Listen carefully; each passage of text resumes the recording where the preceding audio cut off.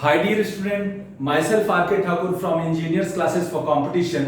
Fluid mechanics video series का आज का वीडियो डियर स्टूडेंट, हम कंटिन्यूएशन में बेसिकली हम जो टॉपिक स्टार्ट किया था हमने वो था काइनेमेटिक्स ऑफ फ्लूइड फ्लो। तो उसी को हम कंटिन्यू कर रहे हैं डियर स्टूडेंट। लास्ट वीडियो में हमने काइनेमेटिक्स ऑफ फ्लूइड फ्लो में फ्लो के टाइप को अंडरस्टैंड किया था और उसी को आगे कंटिन्यू करते हुए उसमें कुछ टाइप ऑफ फ्लो रह गया था, उसी से हम आगे कंटिन्यू करके फर्दर इसको आगे बढ़ाते हैं डियर स्टूडेंट। सो आज का वीडियो बहुत इंपॉर्टेंट होने वाला है। कॉन्सेंट्रेट करके आप इस वीडियो को देखो और इस वीडियो में जो भी मैं कराने जा रहा हूं वो काफी इंपॉर्टेंट होगा डियर स्टूडेंट। सो अगर आपको याद होगा लास्ट वीडियो में हमने बेसिकली देखा था कि हमारा लैमिनार और टर्बुलेंट फ्लो, इन दो को हमने डिफाइन किया था लास्ट में, राइट। सो हमने बेसिकली लैमिनार और टर्बुलेंट फ्लो को डिफाइन किया था और ये समझा था कि लैमिनार फ्लो क्या है, टर्बुलेंट फ्लो क्या है, और एट द सेम टाइम इस फ्लो में रेनॉल्ड नंबर का क्या इंपॉर्टेंट है, मींस कैसे रेनॉल्ड नंबर क्लासिफिकेशन के लिए इंपॉर्टेंट हो जाता है कि रेनॉल्ड नंबर आपको बताता है कि अगर इसकी वैल्यू 2000 से कम है तो लैमिनार फ्लो है और अगर 4000 से ज्यादा है तो टर्बुलेंट फ्लो है डियर स्टूडेंट। सो रेनॉल्ड नंबर हमने देखा था, उसका फॉर्मूला देखा था और लैमिनार और टर्बुलेंट फ्लो में के डेफिनेशन के साथ साथ कुछ कैरेक्टरिस्टिक्स डिफरेंस जो है उसको भी हमने देखा था। और उसमें हमने ये भी देखा था कि जो लैमिनार फ्लो है ये बेसिकली विस्कस फ्लो होता है, इसमें विस्कोसिटी ज्यादा होती है और वेलोसिटी कम होती है, जबकि टर्बुलेंट फ्लो में क्या है, वेलोसिटी ज्यादा होती है और विस्कोसिटी कम होती है। और ये भी देखा था हमने एट लास्ट की जो टर्बुलेंट फ्लो है उसमें लॉसेस बहुत ज्यादा होता है एडीज फॉर्मेशन की वजह से। सो आई होप डियर स्टूडेंट वो वीडियो आपने देखा होगा। अब उससे आगे हम कंटिन्यू करते हैं डियर स्टूडेंट, और ये हमारा टॉपिक है डियर स्टूडेंट। अगर आप देखोगे तो ये जो हमारा टॉपिक है ये है कंप्रेसिबल एंड इनकंप्रेसिबल फ्लो। जो हमारा नेक्स्ट पॉइंट है डियर स्टूडेंट, ये है compressible and incompressible flow, right. तो ये वाला हमारा है compressible and incompressible flow. So dear student, what is compressible flow? So आपको ये समझना होगा कि कंप्रेसिबल फ्लो का मतलब है कि ये जो फ्लो है कंप्रेसिबल फ्लो में जब फ्लो होता है तो जो फ्लूइड की डेंसिटी है वो density place to place basically vary करता है। मतलब आप ये कह सकते हो कि कंप्रेसिबल फ्लो में फ्लो के ड्यूरिंग फ्लो डेंसिटी फिक्स नहीं होती है, डेंसिटी वेरी करती है, right. That is called compressible flow. और इनकंप्रेसिबल फ्लो डियर स्टूडेंट ये होता है अगर फ्लो हो रहा है और फ्लो में हर एक पॉइंट पे डेंसिटी क्या है, सेम है, मींस डेंसिटी पूरे फ्लो के ड्यूरिंग फ्लो डेंसिटी क्या है, कांस्टेंट है। इट मींस वो जो फ्लो है वो क्या है, इनकंप्रेसिबल फ्लो है डियर स्टूडेंट। और जनरली हमारे एक कॉमन अंडरस्टैंडिंग होती है कि जो हमारा लिक्विड का फ्लो होता है वो जनरली हम उसको इनकंप्रेसिबल फ्लूइड कैटेगरी में डालते हैं, और जो गैसेस है, जो गैसेस का फ्लो है वो कंप्रेसिबल फ्लो में आता है डियर स्टूडेंट। सो जब हम आइडियल फ्लो की बात करते हैं, तो हमारी विस्कोसिटी नहीं होनी चाहिए उसमें।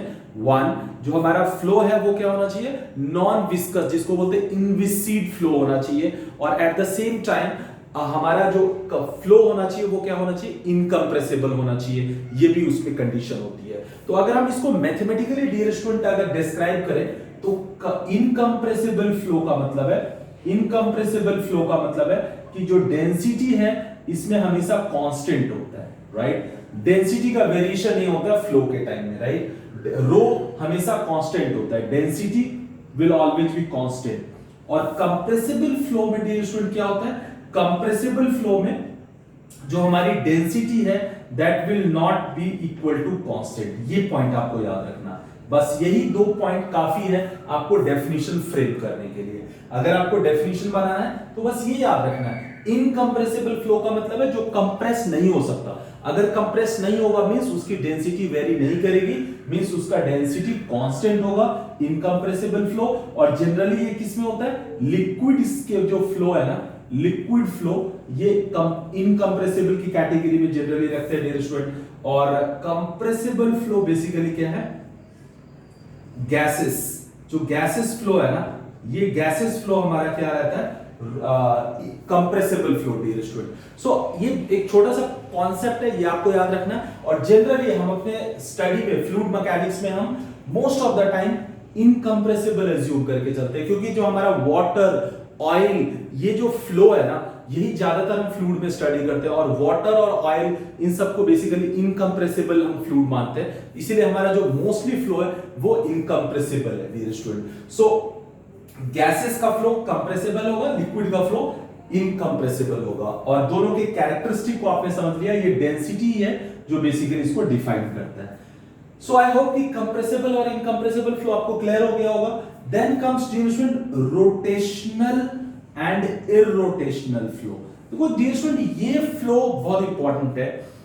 रोटेशनल फ्लो का क्या मतलब है? रोटेशनल फ्लो का मतलब है कि फ्लूइड जब फ्लो हो रहा है, उसके पार्टिकल्स जब मूव कर रहे हैं, तो वो अपने स्ट्रीमलाइन पे तो फ्लो कर ही रहा है, but at the same time वो मूव तो कर ही रहा है, मतलब ट्रांसलेट तो कर ही रहा है, बट अपने एक्सिस के अबाउट वो रोटेट भी कर रहा है। मींस वो कुछ ऐसे मूव कर रहा है, मतलब ऐसे रोटेट करके मूव कर रहा है डियर स्टूडेंट, ऐसे मूव कर रहा है, मतलब particle is rotating and translating simultaneously. तो ऐसा अगर फ्लो होगा तो उसको हम बोलते हैं रोटेशनल फ्लो। और अगर ऐसा फ्लो नहीं है, मींस वो सिर्फ ट्रांसलेट कर रहा है फ्लूइड पार्टिकल, अपने एक्सिस के अबाउट रोटेट नहीं कर रहा है या रोटेट नहीं कर रहा है, तो उसको हम बोलेंगे इररोटेशनल फ्लो।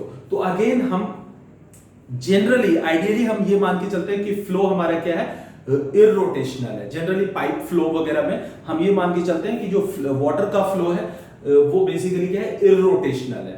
बट कभी कभी रोटेशनल फ्लो भी होता है। रोटेशनल का मतलब है डियर स्टूडेंट, अगर मान लो आप वॉशिंग मशीन की बात करो, वॉशिंग मशीन में क्या है, जो फ्लूइड का मूवमेंट होता है वो रोटेशनल फ्लो होता है। या कई बार आप देखोगे कि अगर आपका कर्व बेसिकली जो फ्लोइंग फ्लूइड का जो पाथ है वो कर्व पाथ पे मान लो फ्लो कर रहा है, तो ऑब्वियसली उसमें एक रोटेशन आ जाता है। इसके अलावा आप कई जगह अगर आप देखोगे तो चाहे वो एक्सटर्नल टॉर्क से रोटेट हो रहा हो या फ्रीली हो रहा हो, ये जो रोटेशन होके आगे मूव होता है ना, उसको हम बोलते हैं रोटेशनल फ्लो।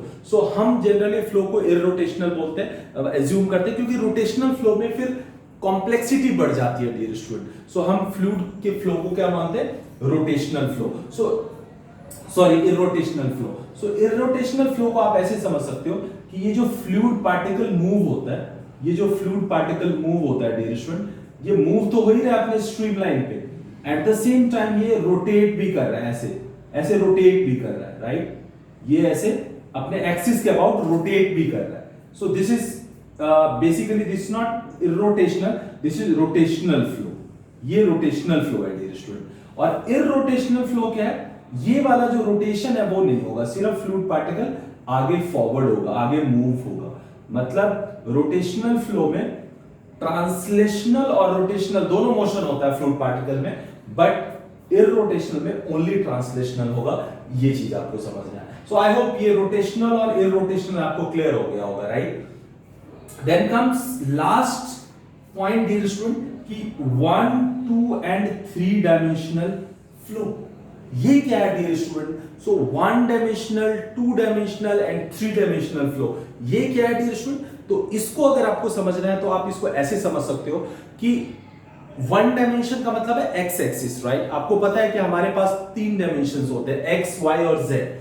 तो अगर फ्लूइड के पार्टिकल का जो मूवमेंट हो रहा है मान लो फ्लो में, उस फ्लो में जो फ्लूइड पार्टिकल का मूवमेंट है, तो फ्लो पैरामीटर जैसे कि वेलोसिटी, अगर फ्लूइड पार्टिकल का फ्लो पैरामीटर वेलोसिटी टाइम के साथ साथ, टाइम पे तो डिपेंडेंट है ही है, बट उसके साथ साथ सिर्फ एक कोऑर्डिनेट एक्सिस या एक कोऑर्डिनेट पे डिपेंड हो, मींस एक्स पे डिपेंड हो, तो उसको बोलेंगे 1 डायमेंशनल फ्लो। मींस आपका वेलोसिटी पैरामीटर, जो वेलोसिटी है फ्लूइड पार्टिकल का, वो टाइम के साथ साथ ओनली 1 कोऑर्डिनेट डिस्टेंस पे डिपेंड करे, which is x, in x direction, तो उसको हम बोलेंगे 1 डायमेंशनल फ्लो। अगेन अगर फ्लूइड का फ्लो ऐसा हो रहा हो कि फ्लूइड पार्टिकल का वेलोसिटी टाइम के साथ साथ 2 कोऑर्डिनेट एक्सिस, 2 कोऑर्डिनेट डिस्टेंस पे भी डिपेंड कर रहा हो, मींस एक्स और वाई पे डिपेंड कर रहा हो, तो उसको हम बोलेंगे dear student 2 dimensional, right. Two dimensional flow. और जो full fledged three dimensional flow है वो बेसिकली क्या है, वो एक ऐसा फ्लो है जिसमें टाइम फ्लूइड पार्टिकल का जो वेलोसिटी है वो टाइम पे तो डिपेंडेंट है ही है, टाइम पे तो डिपेंड करता ही है, एट द सेम टाइम वो किस पे डिपेंड करेगा, टाइम के साथ साथ वो तीनों कोऑर्डिनेट एक्सिस, तीनों कोऑर्डिनेट डिस्टेंस पे डिपेंड करेगा, एक्स वाई और जेड तीनों डायरेक्शन में डिपेंडेंट होगा उसका वेलोसिटी, टाइम के साथ साथ तीनों पे डिपेंडेंट करेगा। तो आप इसको ऐसे समझ सकते हो कि जो थ्री डायमेंशनल फ्लो है उसी को थोड़ा सिंप्लीफाई करने के लिए हम क्या करते हैं, अगर जेड वाले को हम नेग्लेक्ट करते हैं, जेड वाले को हम नेग्लेक्ट करते हैं तो हमें थोड़ा सिंप्लीफिकेशन हो जाती है हमारे लिए। तो फ्लूइड का जो वेलोसिटी है वो सिर्फ एक्स और वाई पे डिपेंड करता है और टाइम पे डिपेंड कर रहा है। नाउ अगर उसको थोड़ा और सिंप्लीफाई कर दो तो y को भी अगर आप नेग्लेक्ट कर दोगे तो वो पूरा वन डायमेंशनल फ्लो होगा, तो वो टू डायमेंशनल से भी आसान उसका कैलकुलेशन और एनालिसिस हो जाती है। तो हम इसलिए कई बार थ्री डायमेंशनल फ्लो में z को नेग्लेक्ट करेंगे तो x और y होगा, तो टू डायमेंशनल फ्लो हो जाएगा। और वन डायमेंशनल फ्लो क्या है, टू डायमेंशनल फ्लो में y कोऑर्डिनेट को भी हम नेग्लेक्ट करेंगे, मींस वेलोसिटी को हम सिर्फ x डायरेक्शन में बेसिकली डिपेंडेंट मानेंगे, तो हमारा वो वन डायमेंशनल फ्लो हो जाएगा डियर स्टूडेंट। तो यहां पे आपको समझना है कि हमारा जो वेलोसिटी है, मान लो ये फ्लूइड फ्लो हो रहा है डियर स्टूडेंट, ये बहुत इंपॉर्टेंट है, ये फ्लूइड फ्लो हो रहा है और किसी भी पॉइंट पे अगर इसका जो वेलोसिटी वेक्टर है मान लो v, तो ये जो वेलोसिटी वेक्टर है v, इसके तीन कंपोनेंट होते हैं डियर स्टूडेंट। जब हम थ्री डायमेंशनल फ्लो की बात करते हैं लेट्स से, तो जो हमारा नेट रिजल्टेंट वेलोसिटी है किसी फ्लूइड पार्टिकल का किसी पॉइंट पे v है, तो v का एक कंपोनेंट होगा u, दूसरा होगा v और तीसरा होगा w, uv। सो u बेसिकली क्या है, इसका x कंपोनेंट है, क्या है, x कंपोनेंट है। मतलब ये जो v है ना, वेलोसिटी v, जो नेट रिजल्टेंट वेलोसिटी v है, उसका जो x डायरेक्शन में जो कंपोनेंट होगा उसको हम फ्लूइड मैकेनिक्स में मींस काइनेमेटिक स्टडी में u बोलते हैं डियर स्टूडेंट। नाउ v, ये बेसिकली ये कैपिटल V होता है, ये स्मॉल v है, राइट, ये फर्क होता है, ये v है, ये v क्या है, y कंपोनेंट बोलते हैं डियर स्टूडेंट इसको, y कंपोनेंट, और ये w क्या है, ऑब्वियसली z कंपोनेंट कहलाता है, राइट, z कंपोनेंट, राइट। तो ये चीज आपको समझना है। तो अगर मान लो आप इसको ऐसे समझ सकते हो कि v is a function of मान लो x, तो ये वन डायमेंशनल फ्लो हो जाएगा, v is a function of x and y, तो ये क्या हो जाएगा फिर टू डायमेंशनल फ्लो, और v is a function of x y z, अगर तीनों पे डिपेंड होगा तो ये थ्री डायमेंशनल 3D फ्लो हो जाएगा, ये हो जाएगा 2D फ्लो और ये हो जाएगा 1D flow, one dimensional flow. So कहने का ये मतलब है कि हमारा जो फ्लो है ना वो three dimensional flow full flash flow है और उसी को सिंप्लीफाई करते जाते हैं। अगर हम z को नेग्लेक्ट करेंगे तो टू डायमेंशनल, y को भी नेग्लेक्ट करेंगे तो वन डायमेंशनल।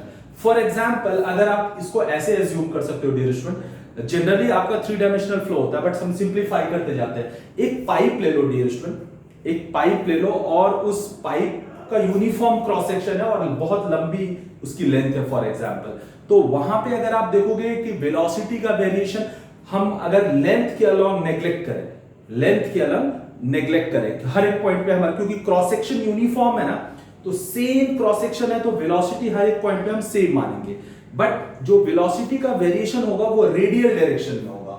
अगर किसी पाइप में अगर फ्लो हो रहा है डियर स्टूडेंट, तो आप ये मान के चलते हो कि वेलोसिटी बेसिकली क्या है, हम यहां पे ये मान के चल रहे हैं कि रेडियल डायरेक्शन में वेरी कर रहा है, तो यहां पे one dimensional flow, one dimension में चेंज हो रहा है, इसलिए इसको हम वन डायमेंशनल फ्लो बोल सकते हैं, राइट, वन डायमेंशनल फ्लो बोल सकते हैं। बट इसी में अगर हम टेपर फ्लो की बात करें, टेपर पाइप में फ्लो करेंगे तो यहां पे बेसिकली हमारा क्या हो जाएगा, टू डायमेंशनल फ्लो हो जाएगा, क्योंकि हमारा वेलोसिटी बेसिकली लेंथ के डायरेक्शन में भी वेरी कर रहा है, यहां पे अलग वेलोसिटी है, यहां पे अलग वेलोसिटी है और साथ में रेडियल डायरेक्शन में तो चेंज होगा ही। So in this way you can assume कि जो हमारा टू डायमेंशनल फ्लो है, और अगर हम एक मान लो एक कंटेनर में फ्लूइड के फ्लो की बात करें तो वो डेफिनेटली थ्री डायमेंशनल फ्लो होगा। अगर हमारा बेसिकली एक्स वाई जेड तीनों अगर उसका डायमेंशन है और फिर उसमें फ्लूइड के फ्लो को देखें तो डेफिनेटली थ्री डायमेंशनल फ्लो होगा। तो आइडिया इज कि थ्री डायमेंशनल को ही हम सिंप्लीफाई करते हैं एज पर अवेलेबल केस, और हम फिर एनालाइज करते हैं तो हमें आसानी होती है, राइट। सो आई थिंक कि 1, 2 और 3 डायमेंशनल फ्लो आपको क्लियर हो गया होगा। और 1, 2, 3 डायमेंशनल फ्लो में ये वाला कंपोनेंट वाला याद रखना डियर स्टूडेंट कि जो वेलोसिटी के 3 कंपोनेंट होते हैं, u, v और w, राइट। इसको अगर मैं एक छोटे से कॉन्सेप्ट में आपको वेक्टर फॉर्म में ऐसे बताऊं कि डियर स्टूडेंट अगर ये मान लो y एक्सिस है, ये x एक्सिस है और ये z एक्सिस है, राइट। ये है x, ये है y और ये है z। सो यहां पे एक चीज आपको देखना होगा डियर स्टूडेंट कि ये x डायरेक्शन में हमारा u वेलोसिटी कंपोनेंट होता है, y डायरेक्शन में v होता है और z डायरेक्शन में w होता है। तो जो नेट वेलोसिटी होगी v, इसको हम, और आपको पता है कि x डायरेक्शन में यूनिट डायरेक्शन वेक्टर को I बोलते हैं, y डायरेक्शन में यूनिट डायरेक्शन वेक्टर को j बोलते हैं और z डायरेक्शन में यूनिट डायरेक्शन वेक्टर को k बोलते हैं, राइट। तो ये यूनिट डायरेक्शन वेक्टर है, मतलब इसका मैग्नीट्यूड 1 होता है। तो अगर ये वेक्टर फॉर्म में हम रिप्रेजेंट करते हैं तो जो फाइनल वेलोसिटी होगा डियर स्टूडेंट वो ये होगा ui plus vj plus wk, हम ऐसा अज्यूम कर सकते हैं। तो अगर हम चाहे तो जो हमारा नेट वेलोसिटी है उसको हम uv w के फॉर्म में, वेक्टोरियल फॉर्म में ऐसा लिख सकते हैं, राइट। और यहां अगर ऐसा दिया हुआ है तो जो मैग्नीट्यूड ऑफ v होगा डियर स्टूडेंट, जो वेलोसिटी का मैग्नीट्यूड होगा, ये तो वेक्टोरियल फॉर्म में रिप्रेजेंटेशन है, अगर इसका मैग्नीट्यूड निकालना है तो that will be u² plus v² plus w², मतलब i, j और k का जो कोफिशिएंट है which is respectively u, v and w, उसके स्क्वायर का सम करके स्क्वायर रूट कर देंगे तो ये हमारा वेलोसिटी का मैग्नीट्यूड आ जाएगा, राइट। सो डियर स्टूडेंट ये आपका जो फ्लूइड फ्लो है ये आपको क्लियर हो गया, राइट। सो नाउ इसमें अब हम आगे डियर स्टूडेंट हमारा जो नेक्स्ट टारगेट है ये है कॉन्टिन्यूटी इक्वेशन को अंडरस्टैंड करना। और कॉन्टिन्यूटी इक्वेशन बहुत इंपॉर्टेंट है। कॉन्टिन्यूटी इक्वेशन अगर आपको क्लियर हो गया तो समझो कि आपको काफी मतलब इंपॉर्टेंट होता है। अगर ये क्लियर हो गया मतलब आप आगे अच्छे से आगे बढ़ सकते हो। सो कॉन्टिन्यूटी इक्वेशन बेसिकली एक तो होता है कि कॉन्टिन्यूटी इक्वेशन एक जनरल फॉर्म में, right. General form in the sense कि जो जनरली हम अप्लाई करते हैं, राइट, जो हम बेसिकली वन डायमेंशनल फ्लो में अप्लाई करते हैं, राइट। बट अगर आप देखोगे एक थ्री डायमेंशनल जो फॉर्म है इसका जो हमारा कॉन्टिन्यूटी इक्वेशन है, इसका जो थ्री डायमेंशनल फॉर्म है वो भी कई बार यूज होता है अच्छे अच्छे न्यूमेरिकल्स में, और उसका डेरिवेशन भी बहुत इंपॉर्टेंट है क्योंकि एसएससी जेईई में कई बार आया हुआ है। सो एसएससी जेईई में जो डियर स्टूडेंट आया हुआ है वो बेसिकली कॉन्टिन्यूटी इक्वेशन का थ्री डायमेंशनल फॉर्म में डिराइव करने के लिए आया हुआ और बहुत इंपॉर्टेंट है, उसको हम करते हैं, राइट। सो आई होप कि यहां तक जो फ्लूइड फ्लो के टाइप्स है ये आपको क्लियर हो गया होगा, राइट। ये भी बार बार एग्जाम में पूछा जाता है, मैंने डेफिनेशन नहीं लिखा है, मैंने हर एक टाइप के फ्लो को एक्सप्लेन किया है जिससे कि आप इसके कैरेक्टरिस्टिक के बारे में आप समझ गए हो। बाकी आप 1 लाइन 2 लाइन 3 लाइन का डेफिनेशन आसानी से फ्रेम कर सकते हो। तो इसमें बहुत कुछ लिखवाने की जरूरत नहीं है because you guys are engineers and I am hoping कि ये बुक में ऑलरेडी दिया हुआ है। अगर आप डेफिनेशन देखना है बुक में रेफर कर सकते हो, बट कॉन्सेप्ट अगर उस डेफिनेशन को समझना है then definitely here we are here to explain you, right. So our next target is continuity equation. So let's start with continuity equation dear student. Okay, so देखो continuity equation आपके लिए बहुत important है, मैं आपको पहले ही बता रहा हूं। इसका एक जो मोस्ट सिंप्लीफाइड फॉर्म है वो तो बहुत ही इंपॉर्टेंट है, हर बार आप उसको यूज करते हो, बट उसका जो मोस्ट जनरल फॉर्म है थ्री डायमेंशनल फॉर्म वो भी इंपॉर्टेंट है डियर स्टूडेंट। सो हमारा जो नेक्स्ट टारगेट है डियर स्टूडेंट ये है continuity equation, right. Our next target is continuity equation. Continuity equation, right? So dear student, continuity equation basically है क्या, इसको समझना है अपने को। So continuity equation को समझने से पहले हमें एक पैरामीटर डिफाइन करना होगा और उस पैरामीटर का नाम है बेसिकली डिस्चार्ज। तो हम सबसे पहले continuity equation को समझने से पहले हम डिस्चार्ज को समझते हैं। डिस्चार्ज को हम क्यों से डिनोट करते हैं, क्यों। राइट। तो डिस्चार्ज क्या है? Discharge dear student rate of fluid flow है। क्या है? Rate of fluid flow, rate of fluid flow, या यूं कह सकते हैं अमाउंट ऑफ फ्लूइड पासिंग पर सेकेंड, या कई बार हम इसको कैसे बोलते हैं dear student? Amount of fluid passing, amount of fluid passing पर second, amount of fluid passing पर सेकेंड। सो इसको हम बोलते हैं डिस्चार्ज। अब क्वेश्चन ये उठता है कि ये फ्लूइड के लिए ये यूज किया जाता है डिस्चार्ज। नाउ जब हम अमाउंट की बात करते हैं, अमाउंट ऑफ फ्लूइड, तो ये अमाउंट का जो सेंस है ये कंप्रेसिबल फ्लूइड के लिए अलग होता है, इनकंप्रेसिबल फ्लूइड के लिए अलग होता है। कंप्रेसिबल फ्लूइड के लिए ये अमाउंट बेसिकली क्या होगी डियर स्टूडेंट? मास, क्योंकि वहां पे वॉल्यूम फिक्स नहीं होता। कंप्रेसिबल फ्लूइड का जो वॉल्यूम है वो फिक्स नहीं होता, वो तो चेंज होता रहता है। तो फिक्स क्या है? मास। तो वहां पे अमाउंट ऑफ फ्लूइड का मतलब है मास, तो वहां पे बोलेंगे मास ऑफ फ्लूइड पासिंग पर सेकेंड। ये किसके लिए होगा?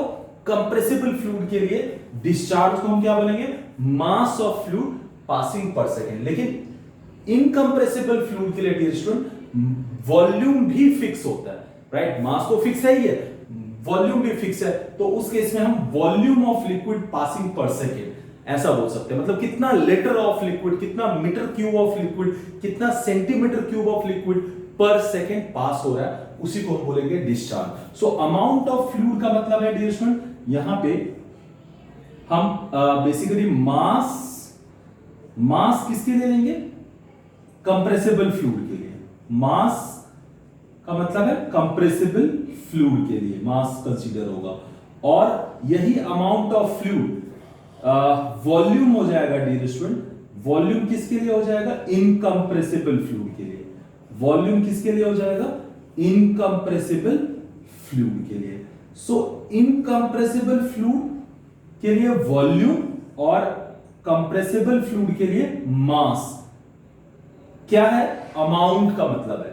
तो अब हम ये अमाउंट को कई बार मास या वॉल्यूम भी बोल सकते हैं, डिपेंडिंग कि मास कंप्रेसिबल के लिए बोलेंगे, वॉल्यूम इनकंप्रेसिबल के लिए बोलेंगे, राइट?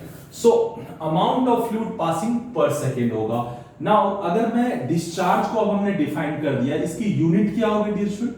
इसकी यूनिट होगी, ये डिपेंड करता है, अगर आप इनकंप्रेसिबल फ्लूइड की बात करोगे तो इसकी यूनिट होगी वॉल्यूम पर सेकेंड, मतलब मीटर क्यूब पर सेकेंड, राइट, या और लीटर पर सेकेंड। बट अगर आप देखोगे ये तो हो जाएगा इनकंप्रेसिबल के लिए, मतलब जिसकी डेंसिटी कांस्टेंट है। बट एक और यूनिट हो सकती है, अगर मैं मास लूं तो ये केजी पर सेकेंड हो जाएगी, राइट? केजी पर सेकेंड भी होगा, लेकिन ये कब? जब density is not equal to constant, मतलब कंप्रेसिबल फ्लूइड के लिए dear student. So compressible fluid के लिए डेंसिटी क्या है? कांस्टेंट नहीं है, इसीलिए केजी पर सेकेंड इसकी यूनिट हो जाएगी, राइट? सो डिस्चार्ज आपने समझ लिया और डिस्चार्ज की यूनिट भी आपने समझ लिया। नाउ डिस्चार्ज का बेसिकली डियर स्टूडेंट फॉर्मूला भी हम निकाल सकते हैं। हाउ? देखो डियर स्टूडेंट, ये एक मान लो पाइप है, ये पाइप है, राइट? ये पाइप है, मैं इसको ऐसे समझ रहा हूं कि ये पाइप से पानी इन कर रहा है और इधर से आउट हो रहा है, राइट? इधर से इन हो रहा है, इधर से आउट हो रहा है। तो यहां का मान लो किसी भी सेक्शन पे, मान लो यहां पे मैंने यहां ये सेक्शन मान लिया और यहां का मुझे डिस्चार्ज निकालना है, यहां पे एग्जैक्टली। तो यहां का एरिया ए हो गया और यहां की वेलोसिटी, फ्लूइड फ्लो की जो वेलोसिटी है लेट्स से वो v है। मान लो जो फ्लूइड पास हो रहा है वो इनकंप्रेसिबल है, तो इनकंप्रेसिबल के लिए डियर स्टूडेंट जो क्या होगा वो होगा area into velocity, right? You can easily find. देखो एरिया क्या है? मीटर स्क्वायर, और वेलोसिटी मीटर पर सेकेंड, तो मीटर क्यूब पर सेकेंड, और डिस्चार्ज क्या होता है? मीटर क्यूब पर सेकेंड, मतलब वॉल्यूम पासिंग पर second. So Q is equal to AV होगा डियर स्टूडेंट, ये किसके लिए? For rho is equal to constant. But यही क्या हो जाएगा? Rho into A into V, ये किसके लिए होगा डियर स्टूडेंट? ये हो जाएगा for rho is not equal to constant, मतलब कंप्रेसिबल फ्लूइड के लिए जो डिस्चार्ज का फॉर्मूला होगा वो होगा density into area into velocity. Area means cross sectional area और वेलोसिटी v फ्लूइड फ्लो का वेलोसिटी। सो यहां से आपको क्लियर हो गया डियर स्टूडेंट कि जो डिस्चार्ज है वो एरिया इनटू वेलोसिटी है कंप्रेसिबल इनकंप्रेसिबल फ्लूइड के लिए, और कंप्रेसिबल फ्लूइड के लिए जो डिस्चार्ज है वो मास फ्लो रेट होता है, और मास को हम बेसिकली क्या करेंगे, density into area into volume करेंगे। आप चेक भी कर सकते हो, डेंसिटी की यूनिट क्या होती है, केजी पर मीटर क्यूब, राइट। तो केजी पर metre cube, area is metre square, और वेलोसिटी इज अगेन मीटर पर second. Metre square and metre, metre cube से ये नीचे cancel, it will be KG पर सेकेंड, मींस मास फ्लो पर सेकेंड। तो यहां से रो ए भी क्लियर हो गया, राइट। सो इस यहां से आपने एक चीज लर्न कर लिया डियर स्टूडेंट कि जो हमारा डिस्चार्ज होगा ये mass amount of fluid flow passing पर सेकेंड है। अब ये अमाउंट अलग अलग फ्लूइड के लिए अलग अलग सेंस है। अगर कंप्रेसिबल फ्लूइड है तो मास है, अमाउंट का मतलब मास ऑफ फ्लूइड पासिंग पर सेकेंड हो जाएगा डिस्चार्ज, और अगर इनकंप्रेसिबल है तो वॉल्यूम ऑफ लिक्विड पासिंग पर सेकेंड हो जाएगा। फॉर्मूला अगर देखें तो इनकंप्रेसिबल के लिए Q is equal to area into velocity, compressible के लिए Q is equal to area into velocity into density, मतलब rho A B. So I hope कि ये आपको डिस्चार्ज का कॉन्सेप्ट क्लियर हो गया होगा, right. Now question comes to question continuity equation क्या है। तो कॉन्टिन्यूटी इक्वेशन को अगर आपको समझना है सिंपल लैंग्वेज में तो आप इसको ऐसे बोल सकते हो आप कि अगर फ्लूइड फ्लो हो रहा है, राइट, अगर फ्लूइड फ्लो हो रहा है तो डियर स्टूडेंट, तो जो अमाउंट ऑफ फ्लूइड पासिंग पर सेकेंड होता है ना, वो किसी भी सेक्शन पे, पाइप के किसी भी सेक्शन पे amount of fluid flow passing पर सेकेंड जो होगा ना, विच इज डिस्चार्ज, ये हमेशा कांस्टेंट होता है। यही है basically continuity equation. Continuity equation क्या कहता है कि अमाउंट ऑफ लिक्विड पासिंग पर second which is discharge is always constant at any point, at any section of the pipe. Pipe के किसी भी सेक्शन पे, चाहे इनलेट पे, आउटलेट पे, इन बिटवीन, कहीं पे भी देखो डिस्चार्ज तो फिक्स रहेगा, मतलब क्यू फिक्स रहेगा। सो कॉन्टिन्यूटी इक्वेशन को इसीलिए डियर स्टूडेंट हम बेसिकली ये किस प्रिंसिपल पे बेस्ड है, कंजर्वेशन ऑफ मास पे बेस्ड है। कंजर्वेशन ऑफ मास का क्या मतलब होता है कि मास हमेशा कंजर्व रहेगा, मतलब मास कम या ज्यादा नहीं हो सकता। और कॉन्टिन्यूटी इक्वेशन भी यही कह रहा है कि जो अमाउंट इन करेगा वही अमाउंट आउट करेगा, मींस हर एक पॉइंट पे वो अमाउंट सेम ही रहेगा, कोई लॉस नहीं होगा उसका। तो इसीलिए ये कंजर्वेशन ऑफ मास भी इसको बोलते हैं। So continuity equation is based on, it is also called law of conservation of mass. तो ये याद रखना, कई बार एग्जाम में पूछा जाता है डियर स्टूडेंट कि based on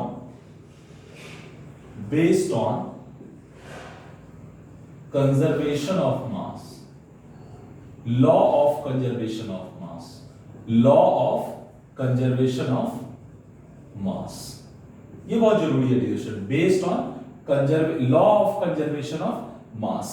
so continuity equation को law of conservation of mass भी बोल सकते हैं, क्योंकि वो उसी प्रिंसिपल का ही इसेंस है डियर स्टूडेंट। और कॉन्टिन्यूटी इक्वेशन कहता क्या है, ये कहता है कि जो डिस्चार्ज होता है ना, ये हमेशा कांस्टेंट होता है, सिंपल, इससे ज्यादा आपको समझना ही नहीं है। डिस्चार्ज हमेशा कांस्टेंट रहता है, ये वेरी नहीं करता। अच्छा, डिस्चार्ज अब हमने देखा था कि रो ए वी ये कंप्रेसिबल के लिए होता है, रो इनटू ए इनटू वी, तो ये कांस्टेंट होगा, राइट। आप इसको ऐसे भी लिख सकते हो, रो1 a1 v1 is equal to रो2 a2 v2, ये कंप्रेसिबल फ्लूइड के लिए हो जाएगा। इनलेट पे अगर मान लो एरिया a1 है, वेलोसिटी v1 है, आउटलेट का एरिया a2 है, वेलोसिटी v2 है, और इनलेट पे जो फ्लूइड की डेंसिटी है वो रो1 है, आउटलेट पे रो2 है, मतलब कंप्रेसिबल फ्लूइड है, तो रो1 a1 v1 is equal to रो2 a2 v2 हो जाएगा डियर स्टूडेंट। ये कंप्रेसिबल के लिए होगा, और इनकंप्रेसिबल में चूंकि रो फिक्स होता है, कांस्टेंट होता है, तो रो1 और रो2 इक्वल होगा, कैंसल आउट होके a1 v1 is equal to a2 v2 हो जाएगा। सो जनरली मैंने शुरू में ही बताया था कि हम फ्लूइड जो हम वाटर के फ्लो को जनरली स्टडी करते हैं, या ऑयल वगैरह के फ्लो को हम स्टडी करते हैं, तो वो इनकंप्रेसिबल है। इसीलिए हमारा जो कॉन्टिन्यूटी इक्वेशन का जो हम ज्यादातर जो जिस फॉर्मेट में यूज करते हैं वो होगा a1 v1 is equal to a2 v2। But जो मोस्ट जनरल फॉर्म है वो है रो1 a1 v1 is equal to रो2 a2 v2, क्योंकि रो1 a1 v1 is equal to रो2 a2 v2 में अगर रो1 और रो2 इक्वल हो गया तो ऑब्वियसली वो इनकम्प्रेसिबल हो जाएगा, तो फिर A1 V1 is equal to A2 V2 होगा। तो general form direction ρ1 A1 V1 is equal to ρ2 A2 V2 है, क्योंकि कई बार एग्जाम में पूछा हुआ है कि कॉन्टिन्यूटी इक्वेशन इसमें से 4 ऑप्शन, तो वहां पे आपको देखना होगा कि ρ1 A1 V1 is equal to ρ2 A2 V2 है, वो मोस्ट करेक्ट आंसर है।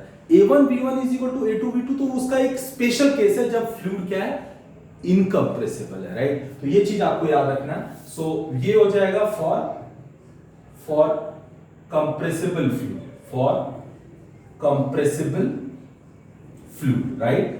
और इनकम्प्रेसिबल के लिए क्या हो जाएगा डिरेक्शन, रोड तो हट जाएगा, for incompressible fluid, for incompressible fluid, for incompressible fluid direction ये क्या हो जाएगा, ρ1 A1 V1 is equal to ρ2 A2 V2, लेकिन ρ1 और ρ2 इक्वल हो जाएगा, कैंसिल हो जाएगा, so therefore A1 V1 is equal to A2 V2, right. तो आपको ये चीज याद रखना है कि इनकम्प्रेसिबल फ्लूइड के लिए अब हम आगे से ये याद रखेंगे, A1 V1 is equal to A2 V2. What is A1 and what is V1? So cross sectional area at point at any section 1 and V1 is equal to velocity at any section 1.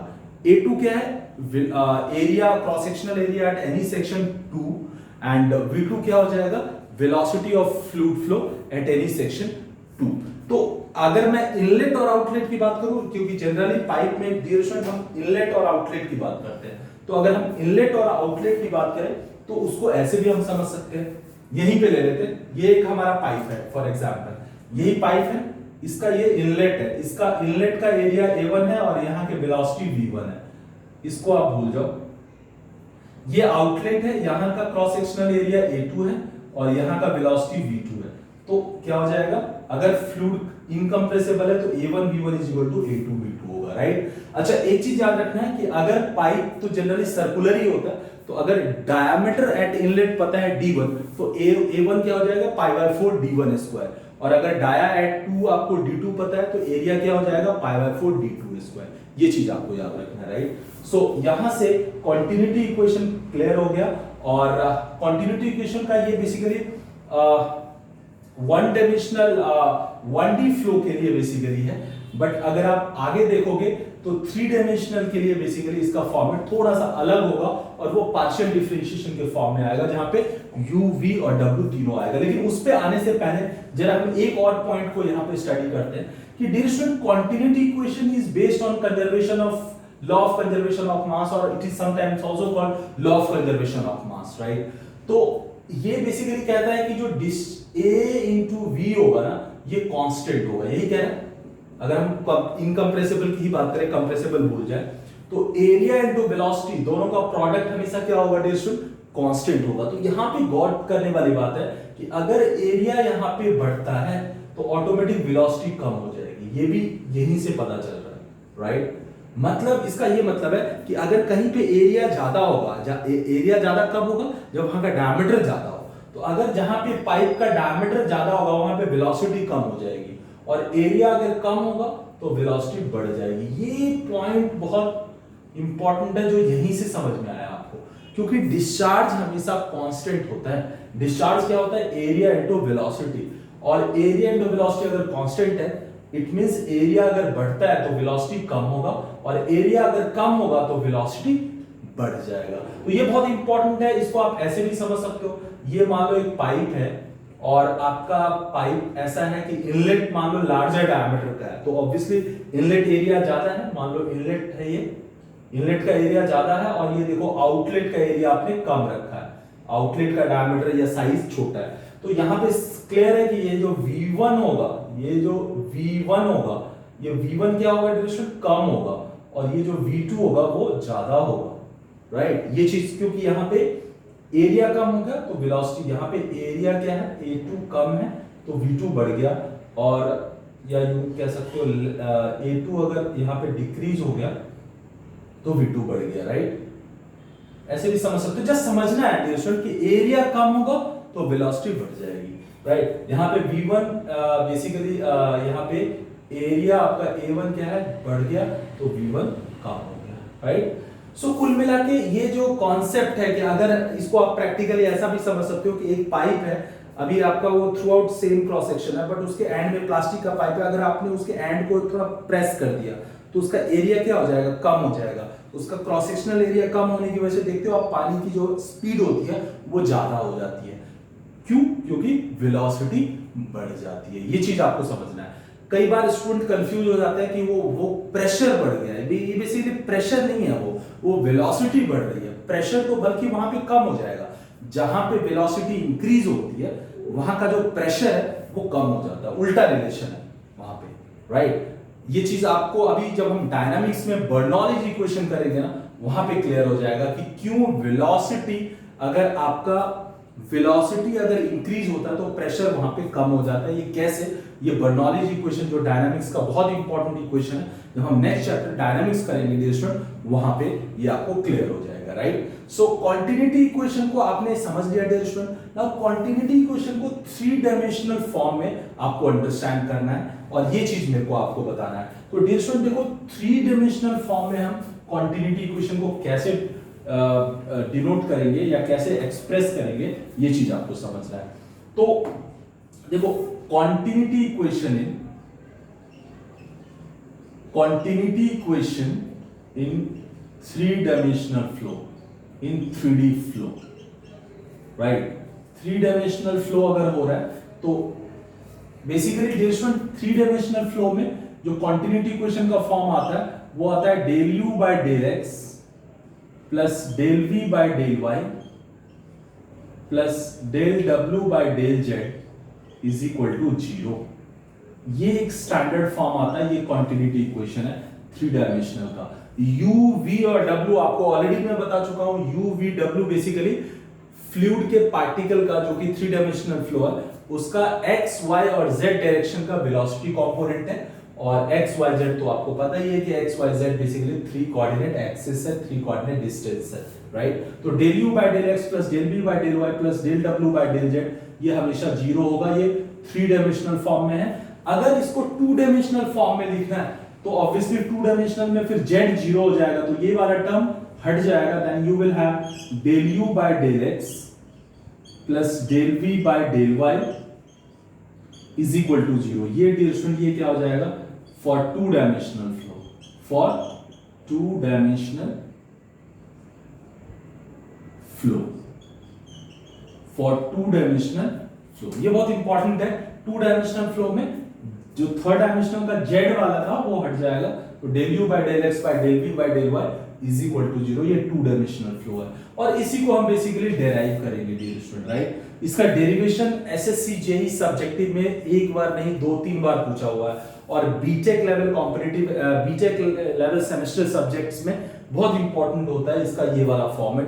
Diploma वगैरह में तो जो अभी मैंने ये पूरा explain किया इतना ही अगर कॉन्टिन्यूटी इक्वेशन में लिख दोगे तो that is more than enough. But कई बार आप देखोगे ये वाला फॉर्मेट स्पेसिफिकली पूछता है, तो ये चीज हम देखेंगे। But before we come to the derivation of this 3 dimensional continuity equation, 3 dimensional flow का कॉन्टिन्यूटी इक्वेशन, हम कॉन्टिन्यूटी इक्वेशन पे बेस्ड 1-2 क्वेश्चंस करते हैं डियर स्टूडेंट, जो कि आपके लिए बहुत जरूरी है क्लैरिटी के लिए इनिशियली, क्योंकि इस पे कई बार क्वेश्चन भी आता है। और अभी जो कॉन्टिन्यूटी इक्वेशन का एप्लीकेशन है, मींस जो न्यूमेरिकल आप करोगे, उसको हम आगे डायनामिक्स में एक्सटेंसिवली यूज करेंगे। क्योंकि अगर आप देखोगे कि कॉन्टिन्यूटी इक्वेशन में वेलोसिटी इन्वॉल्व है, एरिया है और वेलोसिटी है, तो आपको एरिया कई बार साइज पता होता है बट वेलोसिटी वहां का नहीं पता होता है। एक पॉइंट का पता है बट दूसरे पॉइंट का नहीं पता है, तो उसको कैसे हम कॉन्टिन्यूटी इक्वेशन की हेल्प से निकाल सकते हैं वो आपको हम बताएंगे, राइट। सो ये क्वेश्चन के थ्रू आपको क्लियर हो जाएगा। अच्छा, एक और चीज डियर स्टूडेंट, बहुत इंपॉर्टेंट पॉइंट था जो मिस हो रहा था, अच्छा हुआ कि अभी मेरे को याद आ गया। कॉन्टिन्यूटी इक्वेशन को एक दूसरे तरीके से भी हम ऐसे समझ सकते हैं कि अभी हमने area into velocity is equal to constant means a1v1 is equal to a2v2 ये समझ लिया। बट एक फॉर्मेट ऐसा भी हो सकता है, मान लो आपका पाइप ऐसा है, मान लो डियर स्टूडेंट आपका पाइप क्या है, ऐसा है, पाइप ऐसा है, मान लो यहां से फ्लो, यहां पे फ्लो हो रहा है और आगे जाके ये ब्रांच हो रहा है, ये कुछ फ्लो इधर चला जा रहा है और बाकी का फ्लो इधर चला जा रहा है। ये एक पाइप है, ये एक पाइप है, आप ऐसा कह सकते हो ये 1 है, ये 2 है और ये 3 पाइप है, ब्रांचिंग हो रही है, राइट। तो इस केस में यहाँ का जो डिस्चार्ज है, मान लो ये क्यू है और इस पाइप में डिस्चार्ज है Q2 और इस पाइप में डिस्चार्ज है Q3, तो डेफिनेटली ये जो Q है वो Q ही डिवाइड होके Q2 और Q3 बना है। तो चूंकि डिस्चार्ज हमेशा कांस्टेंट होता है, तो यहां पे जो कॉन्टिन्यूटी इक्वेशन लगाएंगे, तो फ्रॉम कॉन्टिन्यूटी इक्वेशन ये क्या हो जाएगा डिस्टेंस, क्लियर है कि Q is equal to Q को Q1 बोल देते हैं, Q1 is equal to Q2 plus Q3, ऐसा भी हम लिख सकते हैं यहाँ पे। ये भी कॉन्टिन्यूटी इक्वेशन का ही सेंस है, ये वाला जो डिस्चार्ज होगा ये इस वाले और इस वाले दोनों के सम के बराबर होगा, या यहाँ का अगर मैं एरिया A1 बोल दूं और वेलोसिटी V1, तो इसको मैं बोल सकता हूँ A1 V1 और ये हो जाएगा distance A2 V2 plus A3 V3। सो कुल मिला के अगर आप देखो तो इसको आप A1 V1 is equal to A2 V2 plus A3 V3 या Q1 is equal to Q2 plus Q3 ऐसा भी समझ सकते हैं। और ये भी कॉन्टिन्यूटी इक्वेशन ही है, मतलब अगर ब्रांचिंग ऑफ पाइप हो रही है तो डिस्चार्ज हमेशा कांस्टेंट होता है। तो अगर आप देखोगे जहां पे डिस्ट्रीब्यूट हो रहा है तो उससे पहले जो टोटल डिस्चार्ज होगा वही जो डिस्ट्रीब्यूटेड पाइप में जो डिस्चार्ज हो रहा है उसके सम के बराबर होगा। तो ये भी बहुत इंपॉर्टेंट है, इसको भी डियर स्टूडेंट कई बार हम न्यूमेरिकल में यूज करते हैं, राइट। सो अब हमारा जो नेक्स्ट टारगेट है वो है कॉन्टिन्यूटी इक्वेशन पे बेस्ड एक दो क्वेश्चन करना। तो मैं आपको दो क्वेश्चन कराऊंगा डियर स्टूडेंट, और ये दो क्वेश्चन अगर आप समझ लोगे अच्छे से तो आपको काफी क्लैरिटी मिल जाएगी कॉन्टिन्यूटी इक्वेशन की। सो let's start with the numerical, right. So numerical में इसलिए करा रहा हूं डियर स्टूडेंट कि कॉन्टिन्यूटी इक्वेशन पे कई बार जो अच्छे अच्छे क्वेश्चन भी पूछ देते हैं। तो बेसिकली एएमआई सेक्शन भी मैकेनिकल फ्लूइड मैकेनिक्स में कई बार अच्छा क्वेश्चन पूछा हुआ है, मतलब सिर्फ कॉन्टिन्यूटी इक्वेशन पे भी, और इसका यूज भी है। तो मैं बेसिकली और ऑब्जेक्टिव एग्जाम में इसका काफी यूज है अगर आप देखोगे। तो मैं एक ऐसा क्वेश्चन कर रहा हूं जिससे कि आप ऑब्जेक्टिव भी कर पाओगे और सब्जेक्टिव क्वेश्चन है, ये पूरी क्लैरिटी आपको मिल जाएगी डियर स्टूडेंट, राइट। सो देखो ये क्वेश्चन है डियर स्टूडेंट, मैं जो आपको अभी कराने वाला हूं ये क्वेश्चन होगा डियर स्टूडेंट। ओके फाइन, ये क्वेश्चन सबसे पहले हम एक छोटा सा क्वेश्चन से स्टार्ट करते हैं। ये क्वेश्चन कह रहा है कि the diameter of a pipe at section 1 and 2 are 10 centimetre and 15 centimetre respectively, full stop. Find the discharge through the pipe if the velocity of water flowing through the pipe at section 1 is 5 meter per second, full stop. Determine also the velocity at section 2। ये बहुत ही basic fundamental सा question है जो continuity equation का uses को कैसे use करना है ये आपको क्लैरिटी देगा। फिर से मैं एक बार रीड आउट कर रहा हूं आपके लिए। The diameter of a pipe at section 1 and 2 are 10 centimetre and 15 centimetre respectively. Find the discharge through the pipe if the velocity of water flowing through the pipe at section 1 is 5 meter per second. Determine also the velocity at section 2। So dear student, इस question को अगर आप करते हो तो देखो solution लिख के आपको गिवन डेटा लिखना है और साथ साथ आपको एक डायग्राम भी बनाना है। क्वेश्चन पढ़ के आपको लग रहा होगा कि दो सेक्शन है 1 और 2 और उस पे 10 और 15 सेंटीमीटर का डाया है। तो मैं इसको कुछ ऐसा बना देता हूं। ये एक पाइप है, मान लो ये इन कर रहा है मान लो और इधर आउट हो रहा है, मतलब ये आपका 1-1 सेक्शन है, ये 1-1 सेक्शन है डियर स्टूडेंट, और ये कह रहा है 2-2 सेक्शन है। फॉर एग्जांपल यहां का जो डायमीटर है ये क्या है D1 क्या है 10 सेंटीमीटर, और यहां का जो डायमीटर है D2 ये कह रहा है थोड़ा लार्ज है 15 सेंटीमीटर है, राइट। और कह रहा है कि the discharge through the find the discharge through the pipe if the velocity of water flowing through the pipe at section 1 is 5 meter per second। यहां का ड्यूरेशन वेलोसिटी v1 क्या दे दिया 5 मीटर पर सेकेंड, और कह रहा है क्वेश्चन में जो डिस्चार्ज है वो निकालना है, और निकालना क्या है determine also the velocity at section 2 v2 भी निकालना है। And what all are given, V1 दिया हुआ है 5 मीटर पर सेकेंड और D1 दिया हुआ है 10 सेंटीमीटर और D2 दिया हुआ है डियर स्टूडेंट 15 सेंटीमीटर। अब यहाँ पे एक चीज देखना है डियर स्टूडेंट, जो मैं आपको बताना चाहूंगा, यूनिट का थोड़ा ध्यान रखना है कि A1 V1 is equal to A2 V2 का मतलब है कि अगर आप जो वेलोसिटी में मीटर पर सेकेंड है तो एरिया भी मीटर स्क्वायर में ही होना चाहिए, राइट, सो दैट दोनों का मल्टीप्लाई हो सकता है, यूनिट सेम रखनी है। तो सबसे पहले हम जरा V1 D1 से मैं A1 निकाल लेता हूं। A1 क्या होगा dear student, pi by 4 D1 square, right, pi by 4 D1। अब देखो ये मीटर पर सेकंड में, तो इसको भी मीटर में बना लेता हूं। 100 से डिवाइड करेंगे तो 0.1 का होल स्क्वायर, ये मीटर स्क्वायर हो जाएगा, राइट। इससे A2 निकाल लेता हूं मैं, क्रॉस सेक्शनल एरिया है 2, ये भी पाई बाय 4 इंटू D2, ये हो जाएगा 0.15 का होल स्क्वायर, ये मीटर स्क्वायर। तो A1 और A2 आपने निकाल लिया। So therefore from continuity equation,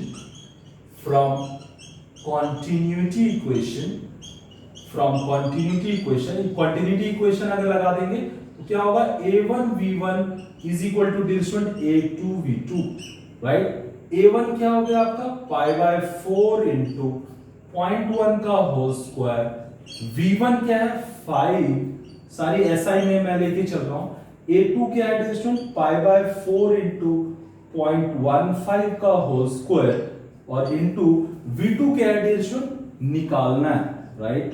तो यहां से पाई बाय 4 कैंसिल हो जाएगा। V2 क्या हो जाएगा डियर स्टूडेंट, V2 हो जाएगा 5 इंटू 0.1 का होल स्क्वायर बाय 0.15 का स्क्वायर, जो भी आएगा मीटर पर सेकेंड। एक आंसर तो डियर स्टूडेंट ये आ गया आपका, राइट। बट डिस्चार्ज क्या है, तो डिस्चार्ज को देखो, या तो A1 V1 ले लो, ये भी डिस्चार्ज है क्यों, या A2 V2 ले लो, जौन सा भी आपको लेना है। हालांकि आपको A1 V1 लेना आसान होगा क्योंकि A1 भी दिया हुआ है इनिशियली और V1 भी दिया हुआ है। तो अगर आपको डिस्चार्ज निकालना है तो A1 V1 हो जाएगा एंड A1 क्या होगा, पाई बाय 4 इंटू 0.1 का होल स्क्वायर और V1 क्या हो जाएगा डिस्टेंस 5 मीटर पर सेकेंड। तो ये, बट इसकी यूनिट क्या होगी, चूंकि हमने सबको मीटर में लिया है तो ये हो जाएगा मीटर क्यूब पर सेकेंड। बट इसकी वैल्यू अगर बहुत ज्यादा कम आए, जो भी आएगी वो मीटर क्यूब पर सेकेंड। कई बार डिस्चार्ज का जो फाइनल आंसर है डिस्टोर, वो लीटर पर सेकेंड में हम डिनोट करते हैं। तो आपको पता है कि जो भी मीटर क्यूब आएगा, अगर मैं उसको 1000 से मल्टीप्लाई कर दूं, क्योंकि इसकी वैल्यू थोड़ी कम आएगी, पॉइंट में आएगी या कुछ कम आएगी, तो 1000 से मल्टीप्लाई कर दो तो वो लीटर पर सेकेंड में हो जाएगा। क्योंकि फ्लूइड मैकेनिक्स में ये रिलेशन याद रखना, 1 मीटर क्यूब हमेशा 1000 लीटर होता है, राइट। तो जो भी मीटर क्यूब पर सेकेंड में आएगा, जो भी आएगा उसमें अगर मैं 1000 से 1000 से मल्टीप्लाई कर दूं, then we will get the same answer in liter per second, which is generally we indicate the final answer। अगर डिस्चार्ज निकालना हो और फाइनल आंसर पूछ रहा हो डिस्चार्ज का, तो हम लीटर पर सेकेंड में बहुत बार निकाल के देते हैं, क्योंकि इससे इसकी वैल्यू थोड़ी अच्छी हो जाती है और डिस्चार्ज को प्रैक्टिकली लीटर पर सेकेंड में डिनोट करते हैं। तो एक आंसर डियर स्टूडेंट ये हो जाएगा आपका, राइट, जो डिस्चार्ज का आंसर है, और द वेलोसिटी एट 2 ये मीटर पर सेकेंड, एक ये आंसर हो जाएगा। तो बहुत ही बेसिक सा, फंडामेंटल सा, लेकिन इनिशियली इंपॉर्टेंट क्वेश्चन है।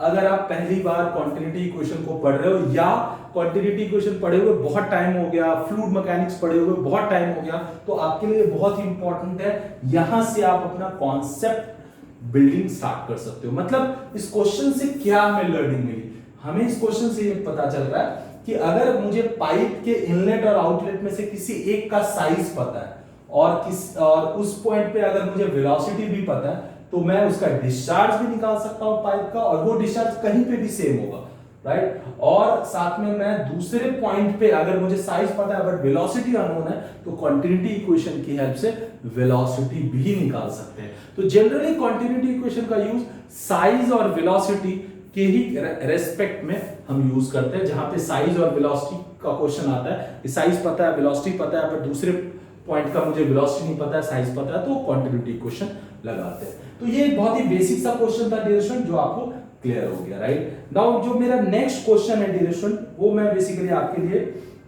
लेके आया हूं, और ये थोड़ा सा उससे बेटर क्वेश्चन है, बट मैं आपके लिए फिर से एक बार रीड आउट कर रहा हूं। एक ये वाला जो क्वेश्चन है, ये जो अभी हमने किया है, इसे थोड़ा सा एक्सटेंडेड फॉर्म है। और अभी जो मैंने बताया था आपको कि एक पाइप में फ्लो हो रहा है और वो अगर ब्रांच हो रहा है, तो जो कॉन्टिन्यूटी इक्वेशन है वहां पे Q1 is equal to Q2 plus Q3, ऐसा वाला जो लॉजिक था कुछ वैसा है शायद इसमें। मैं आपके लिए एक बार रीड आउट कर रहा हूं। देखो ये क्वेश्चन कह रहा है, अ 30 centimetre diameter pipe, a 30 centimeter diameter pipe conveying water, comma, branches into two pipes of diameters 20 centimeter and 15 centimeter respectively, full stop. If the average velocity in the 30 centimeter diameter pipe is 2.5 meter per second, find the discharge in this pipe, full stop. Also determine the velocity in 15 centimeter pipe if the average velocity in 20 centimeter diameter pipe is 2 meter per second. So आपको question शायद clear हुआ होगा। इसका जब हम diagram draw करेंगे अभी तो और क्लैरिटी मिलेगी। फिर से मैं एक बार आपके लिए रीड आउट कर रहा हूं, और ये क्वेश्चन मैं 2 बार इसलिए रीड आउट कर रहा हूं डियर स्टूडेंट कि आपको ये क्वेश्चन को सुन के you have to write it down, आपको पूरा लिख लेना है and then you have to proceed for the solution. तो क्वेश्चन को लिखना है, इसलिए मैं 2 बार इसको बता रहा हूं। फिर से मैं एक बार क्विकली रीड आउट कर रहा हूं। अ 30 centimetre diameter pipe, comma, conveying water branches into two pipes of diameters 20 centimeter and 15 centimeter respectively, full stop. If the average velocity in the 30 centimeter diameter pipe is 2.5 meter per second, find the discharge in this pipe, full stop. Also determine the velocity in 15 centimeter pipe if the average velocity in 20 centimeter diameter pipe is 2 meter per second. So dear student, इस question को हम करते हैं, सबसे पहले इसका diagram बनाते हैं। सबसे पहले हम डायग्राम इस क्वेश्चन का बनाएंगे, राइट, और फिर इसके सॉल्यूशन इसके आंसर को फाइंड आउट करते हैं। सो एक बार आप क्वेश्चन पढ़ लो, और क्वेश्चन पढ़ने के बाद देखो कैसे डायग्राम बनाएंगे। कह रहा है 30 centimetre diameter pipe conveying water branches into 2 pipes. मान लो ये 30 सेंटीमीटर डायमीटर पाइप है, और ये फिर कह रहा है 2 पाइप में ब्रांच हो रहा है। तो कुछ जो मैंने आपको बताया था कुछ ऐसा ही होगा। ये 30 सेंटीमीटर है, यहाँ का जो D1 है वो क्या है 30 सेंटीमीटर है, राइट। और 30 centimetre diameter pipe conveying water branches into 2 pipes of diameter 20 and 15। यहाँ का जो D2 है वो है दैट इज 20 सेंटीमीटर, और ये जो D3 है डियर स्टूडेंट ये क्या है 15 centimetre, right. If the average velocity in the 30 centimeter diameter pipe is 2.5 meter per second, ये जो V1 दिया हुआ डियर स्टूडेंट ये 2.5 मीटर पर सेकेंड है। यहाँ पे जहां आपका डाया 30 सेंटीमीटर है वहां के एवरेज वेलोसिटी 2.5 मीटर पर सेकेंड है। कह रहा find the discharge in this pipe, कह रहा इस पाइप में डिस्चार्ज निकालना है, राइट। इस पाइप में find the discharge in this pipe, मतलब यहां का डिस्चार्ज निकालना है, क्यों निकालना है यहां का, राइट।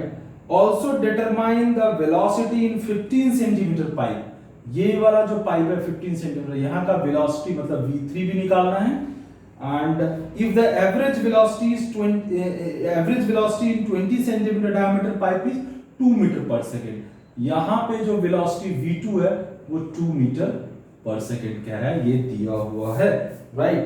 तो डियर स्टूडेंट आपको इसमें करना क्या है, आपको यहां पे क्यों निकालना है। तो सबसे पहले यहां का डिस्चार्ज मान लेते हैं Q2 और यहां का डिस्चार्ज मान लेते हैं Q3, राइट। तो देखो क्यों निकालना तो बहुत आसान है। क्यों क्या हो जाएगा A1 into V1, right. A1 क्या हो जाएगा π/4 into D1 square into V1, π/4 D1 क्या है 0.3 सेंटीमीटर है तो मीटर में कन्वर्ट कर दिया, और V1 क्या है 2.5, जो भी आएगा मीटर क्यूब पर सेकेंड, ये आंसर हो जाएगा आपका, राइट। ना उसके बाद कह रहा है कि ये जो वेलोसिटी है ये भी निकालो। तो सबसे पहले हम Q2 भी निकाल लेते थे डियर स्टूडेंट, क्या निकाल लेते हैं Q2, तो Q2 क्या हो जाएगा, फिर से ये भी क्या हो जाएगा A2V2, ये क्या हो जाएगा A2V2, A2 क्या हो जाएगा π/4 इंटू 0.2, 20 सेंटीमीटर डाया तो मीटर में कन्वर्ट किया, π/4 d² इंटू 2 मीटर क्यूब पर सेकेंड। ये Q2 आ गया। और Q3 हम निकाल लेते हैं। Q3 क्या होगा डिस्टेंस, π/4 इंटू 0.15 डाया का π/4 d² इंटू V3 नहीं पता, V3 रहने देते हैं। नाउ फ्रॉम कॉन्टिन्यूटी इक्वेशन क्या होगा dear student, from continuity equation ये हम क्यों लगा रहे हैं, क्योंकि अभी हमारा V3 अननोन है, Q तो हमारा आ गया, डिस्चार्ज तो ये आंसर हो गया, बट कॉन्टिन्यूटी इक्वेशन से क्या हो जाएगा, Q1 is equal to Q2 plus Q3, यही होगा डियर स्टूडेंट, ये होगा। तो आप इसमें अप्लाई कर दो, Q1 आपने निकाल लिया ना अभी π/4 डियर स्टूडेंट, ये क्या होगा Q1 हो जाएगा